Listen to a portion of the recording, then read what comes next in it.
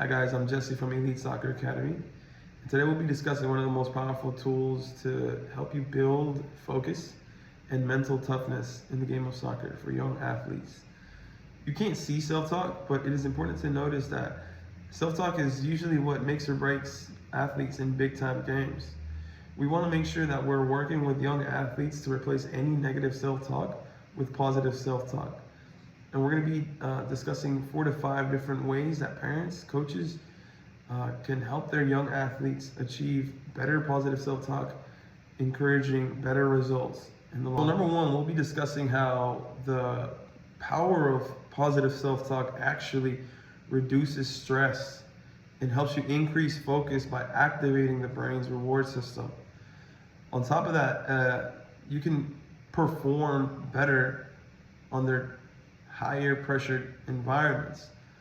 Instead of saying things like, I can't do this, you want to replace those thoughts with, I can do this in deep moments, such as those in like penalty kicks, corner kicks, whatever situation is high pressure.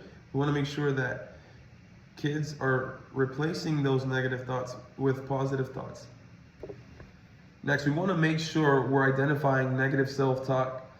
Sometimes you might hear your young athletes say, I'm no good at this, or I can't do this. You can hear those verbally, but it's another thing to identify negative self-talk through body language, which more often than not occurs within young athletes. Young athletes might tend to shut themselves down a little bit more, and identifying these hints of negative body language can help you further assist your young athlete. Some of these examples of poor body language might consist of rounded shoulders, or avoiding eye contact, or having your head low.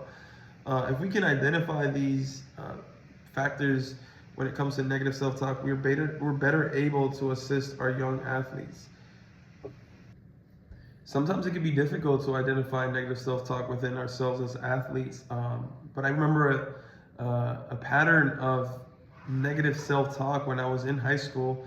I noticed on my 2nd and 3rd year that every year in the preseason time, I had spoke negative things either about myself or the team that was being formed to my high school coach. I was very concerned that maybe we weren't going to have a strong team to contend in the high school season. It wasn't until I noticed on 2nd year and 3rd year that the years prior, I was telling my high school coach the same thing, and somehow we always ended up with good results in that year. But it was always right around the same time in preseason that I had lots of concerns about my teammates and how we might not do well. And so I didn't notice this until I spoke this out in person to my high school coach, who actually helped me diagnose what was going on. And so as coaches and as parents, we have to be that outlet for our athletes to make sure any negative self-talk that we might be having, we want to make sure that they verbalize it and speak with you and feel comfortable speaking with you, so that you can also understand and hear them out. So in that moment when I realized there was a pattern of negative self-talk, my coach spoke to me in a calm manner and allowed me to kind of see what this pattern was. We would identify it and kind of work with it and replacing it. His solution was to remind me that the year before we had a great season. In the freshman year that I was there, in the sophomore year that I was there, and come my junior year, I was saying the same thing, being very concerned around the same time.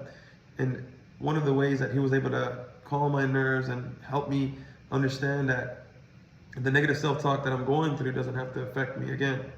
And so what he did was remind me of the positive moments from the years prior, which helped me actually notice that, hey, despite what I was feeling in that time, we actually had a very successful season. And replacing any positive thoughts, reminding me to just stay calm and stay positive.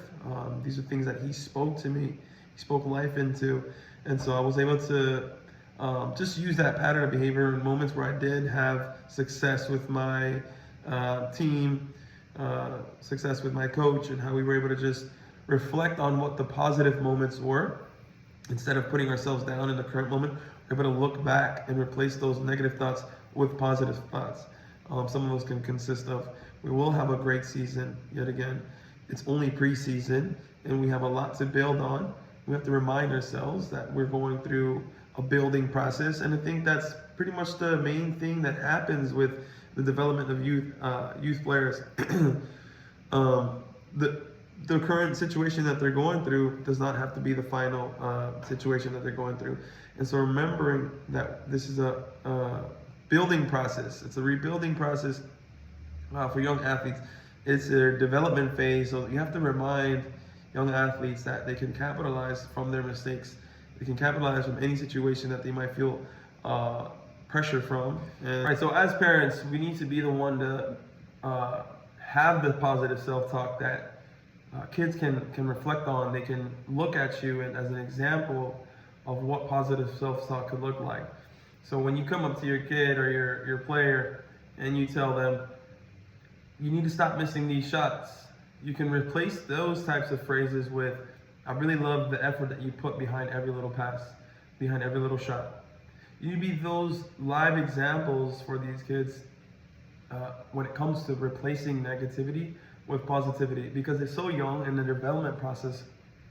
Everything that they absorb sticks with them, and so we want to make sure we're having them absorb positive reinforcement, positive phrases that they will soon grow from. Okay, and so we just wanted to just recap a little bit of what we spoke on today.